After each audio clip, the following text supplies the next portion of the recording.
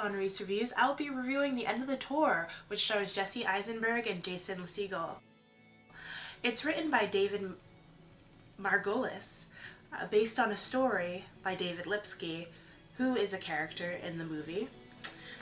The story that The End of the Tour is based on is although, of course, you end up becoming yourself, which David Lipsky wrote in 2010. It was printed in 2010, and it's based on his time that he spent with the author David Foster Wallace in the mid-90s. And so this book is based on a guy that I've never heard of. David Foster Wallace is supposedly not supposedly, is like, what or was, because rest in peace, he died, I think in 2010 around.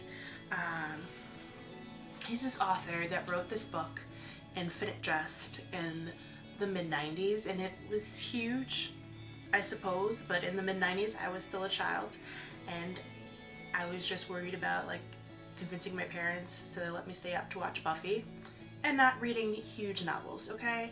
So don't judge me that I haven't read the book. I still have time. Okay. I saw The End of the Tour and it really resonated with me. I walked in having no idea.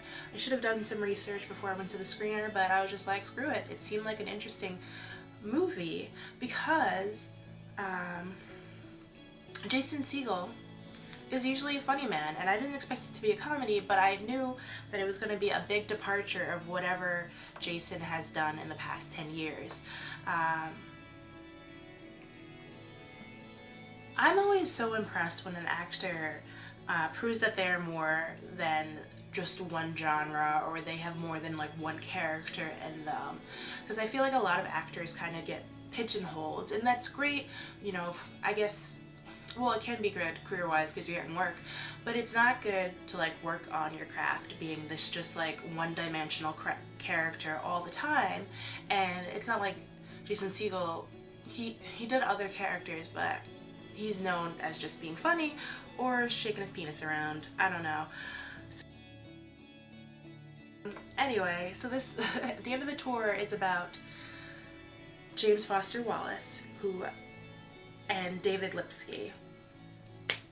And it's based on the story that David Lipsky actually wrote about his time with David Foster Wallace,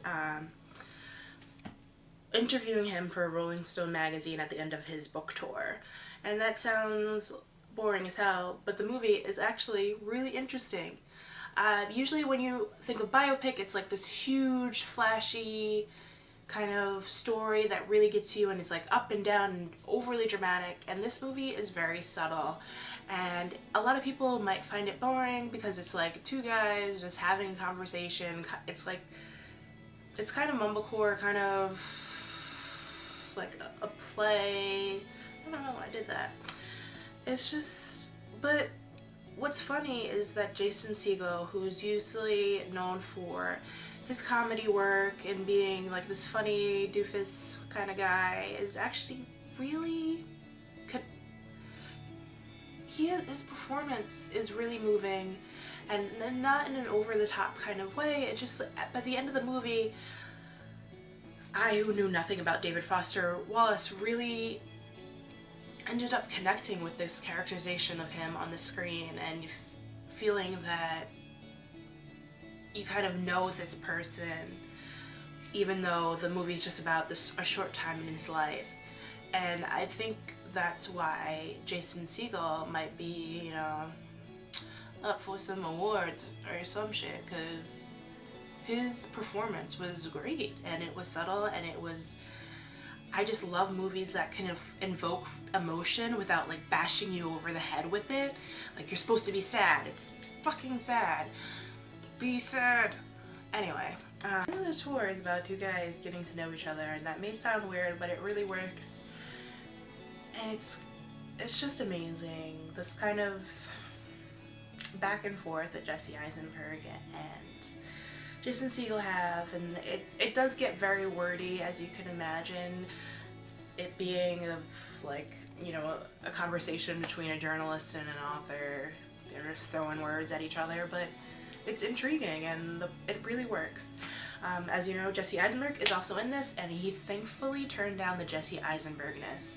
You know, like the kind of like mumbling, neurotic, Woody Allen-esque thing that he does. Like in the beginning, there was a scene when he was like, that's my Jesse Eisenberg expression. He's just like, I'm Jesse Eisenberg.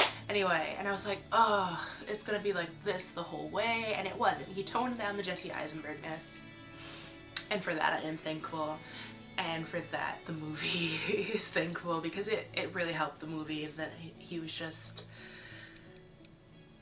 I feel like he has like two modes as an actor, either like the smug, intellectual asshole, or like the bumbling, nerdy, neurotic loser, and this movie was kind of like right in the middle, and it really helps you relate to his character. I know it's based on a real person, but his character of David Lipsky, because, you know, you can't get everything right. I would recommend this movie because it's a movie that you can connect with.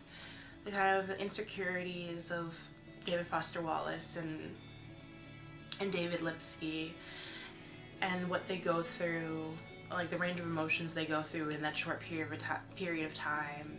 It's just intriguing. I enjoyed it. I'll recommend it to anybody who wants to sit through a 2-hour biopic about some authors talking about stuff. I really enjoyed this movie. I give it a 4 out of 5 books. I don't know. I don't really have a rating system, but whatever.